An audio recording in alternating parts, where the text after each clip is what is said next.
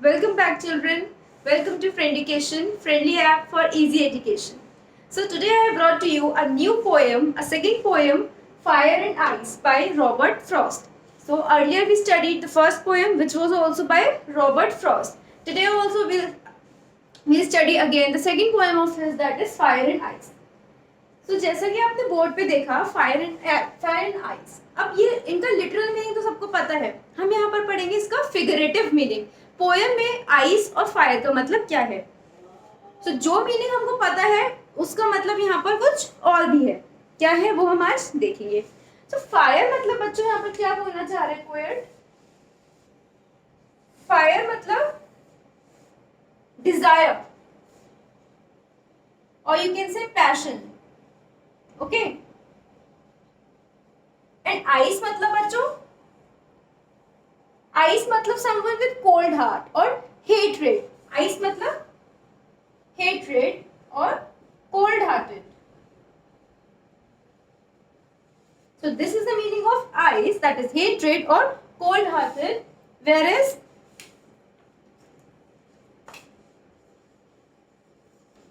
this is the meaning of fire. The meaning is clear, I guess. Meaning is clear to you all. Ice मतलब जैसे हम बोलते हैं he is a very cold hearted person. Cold hearted person मतलब बहुत ही emotionless person है. ठीक है.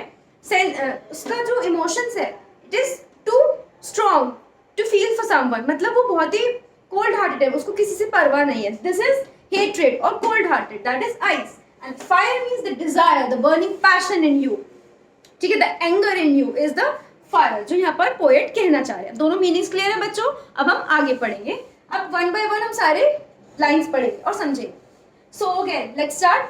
Some say the world will end in fire, some say in ice. From what I have tasted of desire, I hold with those who favor fire. Okay. So poet क्या कह रहे हैं. कुछ लोग बोलते हैं कि ये दुनिया किस में खत्म होगी. फायर में.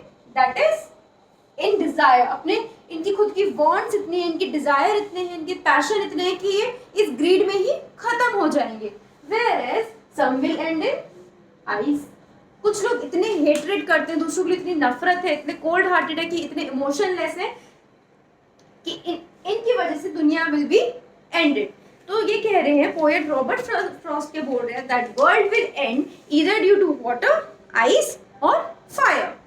या तो ये डिजायर और पैशन की वजह से दुनिया खत्म हो जाएगी या फिर लोगों के हेट्रेड की वजह से. तो यहाँ पर रॉबर्ट फ्रॉस्ट किसकी बात कर रहे हैं. ह्यूमन इमोशंस के बारे में बात कर रहे हैं. दो ह्यूमन इमोशंस के बारे में बात कर रहे हैं. बट फर्स्ट स्टैंजा में क्या कह रहे हैं. He is talking about extreme desires can be very harmful. How. इनका कहना ये है कि जहां तक कि मैं डिजायर की बात करता हूँ, डिजायर मतलब fire. From what I have tested. Tested मतलब जितना कि मैंने इसके बारे में जाना है. नो. जितना कि मैं डिजायर के बारे में जानता हूँ. I hold with those who favour fire. Hold मतलब आई अग्री. क्या बोल रहे हैं. जहां तक कि मैं डिजायर पैशन के बारे में जानता हूँ, मैं क्या प्रेफर करूंगा. फेवर मतलब व्हाट आई वुड प्रेफर कि ये दुनिया फायर से ही खत्म हो जाए. Fire is enough. लोगों में इतना डिजायर है, इतना पैशन है. जैसे आप लोग ही देख लीजिए, मुझे डॉक्टर बनना है, मुझे पीसीएस बनना है, मुझे दूसरे की परवाह नहीं है. भगवान मेरा भला कर दे. We are so emotionless, we are so passionate about our feelings, about our own thing. We are so selfish that we do not think of other. तो what poet is trying to say, I would favour fire. अगर दुनिया को खत्म होना ही है तो मैं fire को प्रेफर करूंगा. रॉबर्ट फ्रॉस्ट इसको प्रेफर कर रहे हैं, फायर को. But there is a big but here. क्या बट है यहाँ पर. But if it had to perish twice. It मतलब the life, the world से कनेक्ट किया गया. Okay. it is connected to the world.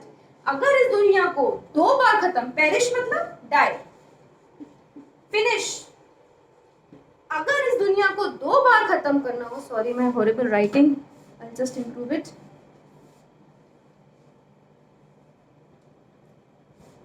Perish मतलब डाई और फिनिश.